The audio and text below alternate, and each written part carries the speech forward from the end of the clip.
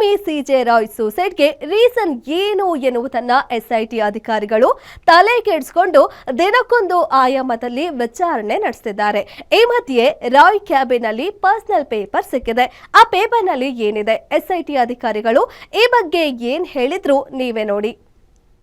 ಕ್ಯಾಬಿನ್ನಲ್ಲಿ ಸಿಕ್ಕ ಪೇಪರ್ನಲ್ಲಿ ಅಡಗಿದ್ಯಾ suicide reason? ಉದ್ಯಮಿ ಸಿಜೆ ರಾಯ್ ಸೂಸೈಡ್ಗೆ ನಿಖರ ಕಾರಣ ಹುಡುಕಲು ಎಸ್ಐಟಿ ಅಧಿಕಾರಿಗಳಿಗೆ ಸರಮಾಲೆಯೇ ಎದುರಾಗಿದೆ. ರಾಯ್ ಈ ಚಿಕ್ಕ ಐಟಿ ರೈಡ್ಗೆ ಹೆದರೋ ಮನುಷ್ಯ ಅಲ್ಲ. ಈ ಸಾವಿನ ಹಿಂದಿನ ರಹಸ್ಯ ಪತ್ತೆ ಹಚ್ಚಬೇಕು ಅನ್ನೋ ಮಾತುಗಳು ಕೇಳಿ ಬಂದಿತ್ತು. ಅದರ ಬೆನ್ನಲ್ಲೇ ಸರ್ಕಾರ ರಾಯ್ ಸೂಸೈಡ್ ಸೀಕ್ರೆಟ್ ಪತ್ತೆ ಹಚ್ಚಲು ಎಸ್ಐಟಿ ರಚನೆ ಮಾಡಿ ತನಿಖೆಗೆ ಆದೇಶಿಸಿದೆ. ಆದ್ರೆ ಎಸ್ಐಟಿ ಇಲ್ಲಿಯವರೆಗೆ ಕಲೆ ಹಾಕಿರೋ ಇನ್ಫಾರ್ಮೇಶನ್ ಅಲ್ಲಿ ರಾಯ್ ಯಾಕೆ ಆತ್ಮಹತ್ಯೆ ದಾರಿ ಹಿಡಿದ್ರು ಅನ್ನುವುದಕ್ಕೆ ಯಾವುದೇ ನಿಖರ ಸಾಕ್ಷಿ ಪತ್ತೆಯಾಗಿಲ್ಲ. ಸಿಜೆ ರಾಯ್ ಕಾಲ್ ಸಿಡಿಯ ರಿಪೋರ್ಟ್ ಪೊಲೀಸರ ಕೈ ಸೇರಿದ್ರು ಕೂಡ ಸೂಸೈಡ್ ರಹಸ್ಯ ಬಹಿರಂಗವಾಗತ್ತೆ ಎಂಬ ನಿರೀಕ್ಷೆಯಲ್ಲಿದ್ದ ಪೊಲೀಸರಿಗೆ ನಿರಾಶೆಯಾಗಿದೆ. ಯಾಕಂದ್ರೆ ಸಿಜೆ ರಾಯ್ ಯಾರೊಂದಿಗೆ ಹೆಚ್ಚಾಗಿ ಡೈರೆಕ್ಟ್ ಕಾಲ್ ಮಾಡಿ ಮಾತನಾಡ್ತಿರ್ಲಿಲ್ಲ. ಯಾರಿಗೆ ಆಗ್ಲಿ ವೆಬ್ ಕಾಲ್ ಮುಖಾಂತರವೇ ಮಾತನಾಡ್ತಿದ್ರು. ರಾಯ್ ಯಾರಿಗೆ ಕಾಲ್ ಮಾಡಿದ್ರು ಅದು ವೆಬ್ ಕಾಲ್ ಆಗಿರ್ತಿತ್ತು.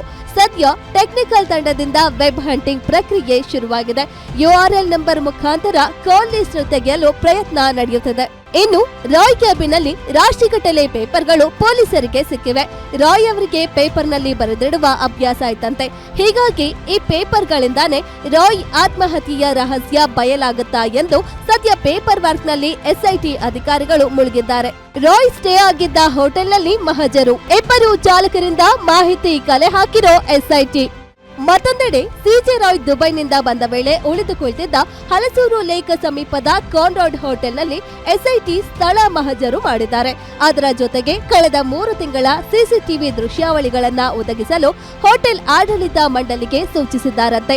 ಇದರ ಜೊತೆಗೆ ಏರ್ಪೋರ್ಟ್ನಿಂದ ರಾಯ್ ಪಿಕಪ್ ಮಾಡಿಕೊಂಡು ಬರಲು ಹೋಗಿದ್ದ ಚಾಲಕರನ್ನ ವಿಚಾರಣೆ ಮಾಡಲಾಗಿದೆ. ಇನ್ನೊಂದೆಡೆ ಐಟಿ ಅಧಿಕಾರಿಗಳನ್ನ ವಿಚಾರಣೆ ಮಾಡಿದಾಗ್ಲೂ ಅವರು ಸಹ ನಾವು ಯಾವುದೇ ನೋಟಿಸ್ ನೀಡಿರಲಿಲ್ಲ, ಹೇಳಿಕೆ ದಾಖಲಿಸಿಕೊಳ್ಳಲಿಕ್ಕೆ ಬಂದಿದ್ವಿ.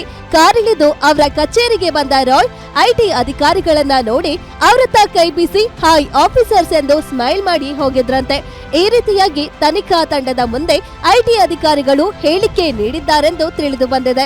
ಇವೆಲ್ಲದರ ನಡುವೆ ರಾಯ್ ವ್ಯವಹಾರಿಕವಾಗಿ ಕೌಟುಂಬಿಕವಾಗಿ ಯಾವುದೇ ಸಮಸ್ಯೆಗಳಿರೋ ಬಗ್ಗೆ ಮಾಹಿತಿ ಸಿಕ್ಕಿಲ್ಲ. ಒಟ್ಟಿನಲ್ಲಿ ರಾಯ್ ಸಾವಿನ ಕಾರಣವೇ ನಿಗೂಢವಾಗಿದ್ದು ಪ್ರಶ್ನೆಯಾಗಿ ಉಳಿದಿದೆ.